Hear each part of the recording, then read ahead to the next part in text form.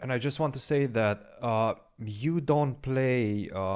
You play a lot online. You play the Title Tuesdays, but you I haven't used played to. any of. You used to play Title Tuesdays, but you haven't Yeah. played any of the other, let's say, bigger events like the Champions Chess Tour. For example, No, Fabi, No, no, Vladimir Magnus. has. Hmm? Vladimir has. I played, but the big difference is that in those events, also not everything is so clear there. Because But those are I events mean, with with two statistics, cameras usually. yeah, with two cameras I played, but there it's well, the statistics is much more related to actually common sense, much more. And What if it's not a metric at all that we can rely on? In that case, well, does this it analysis? then the big question is why Chess.com is using it for years. Yeah, Well, I largely agree with Kramnik on almost everything that he says. Um, this whole conversation doesn't make a lot of sense because uh, when Kramnik says if it's not a reliable tool, why does chess.com use it? Well, chess.com, in my opinion, in my experience, they don't use it. They're not using it to detect cheaters. strange, very strange. So the idea is that people are less likely to cheat against, for example, Magnus or Hikaru, Yeah, because they're more worried that this will raise yeah, yeah. alarms. Yes, This is the yes, idea. I think so. I mean, I don't see any other explanation of it. It's a little unusual to me that that they sort of just gloss over the fact that Kramnik just conceded that having strict measures in place made the results much more.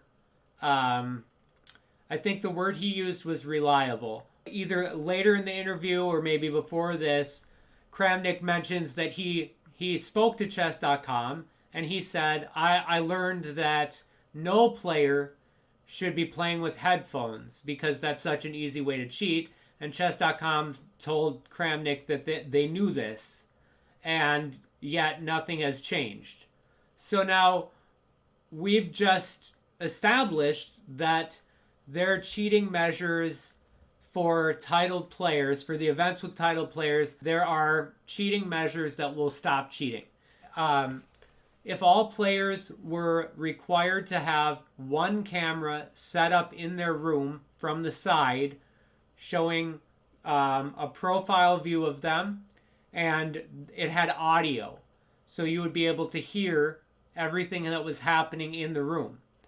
Then you have a second camera that is over the shoulder so that you can see the screen. And then you have the webcam. And before the game would start, the players would have to do like an ear check, to make sure that they don't have anything in their ears. It might sound invasive, but it would take 2 seconds. And then an arbiter that's watching them and making sure that they're not looking at a device. With those measures in place, even for Title Tuesday, well, why can't they do it for Title Tuesday? There's no reason that they can't. They never bring this up at any point. They never say, well, why doesn't chess.com do it? Like, there's so much conversation about punishment, but there's so little blame on chess.com for not enforcing the rules that Kramnik himself agrees are effective. The focus of cheating is going to turn a lot to the second issue that Kramnik has. It is my interpretation that it really pisses Kramnik off that people are cheating against him, and it really pisses him off that when Hikaru and Magnus play, somebody cheating against them will instantly be banned, whereas that person will not be banned for cheating against Kramnik. And I completely agree with now this chain of events.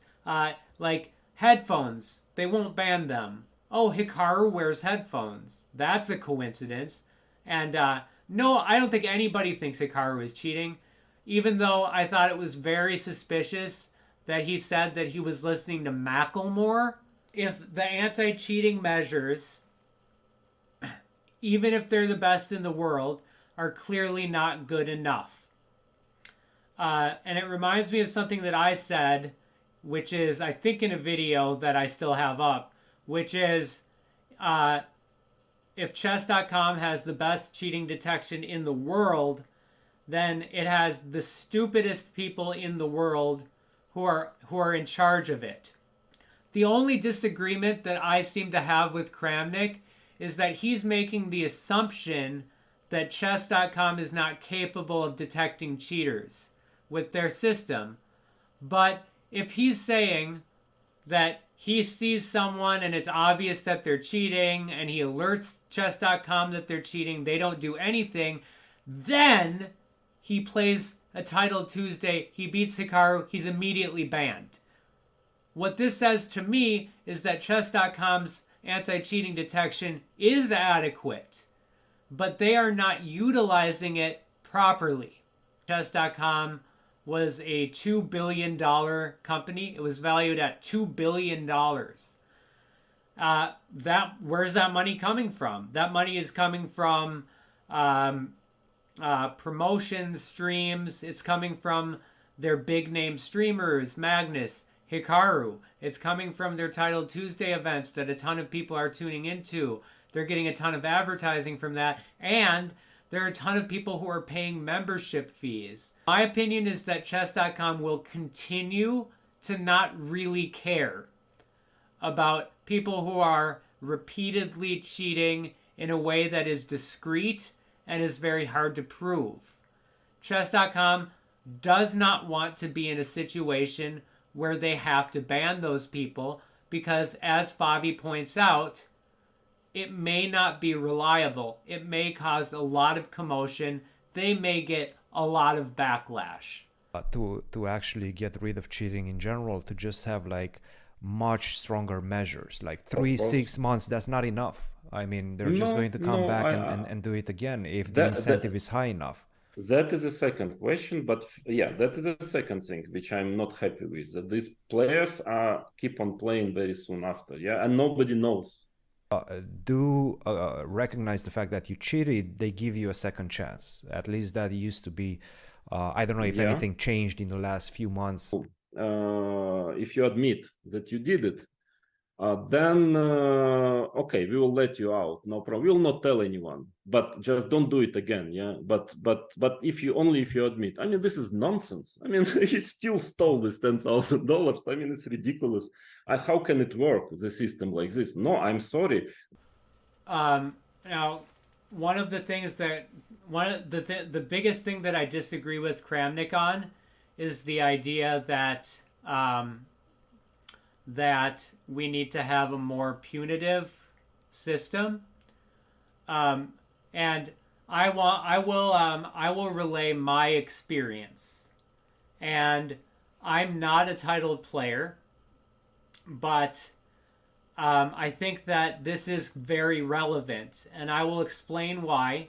So what happened with me is when I started playing chess again about 5 years ago, I had been losing rating points, and ultimately I'm talking about like 5-10 games where somebody was playing, you know, someone tried to scholars mate me, and I got so mad that I Googled best chess move in a position, and I found some website where you could set up the pieces and find the best chess move. Now, I did this like 5 times, and the only reason why chess.com flagged my account and wound up giving me a second chance account and making me admit to having used engine assistance is because of these 5 or 10 games. How people cheat and why people cheat and how long people cheat needs to be taken into account.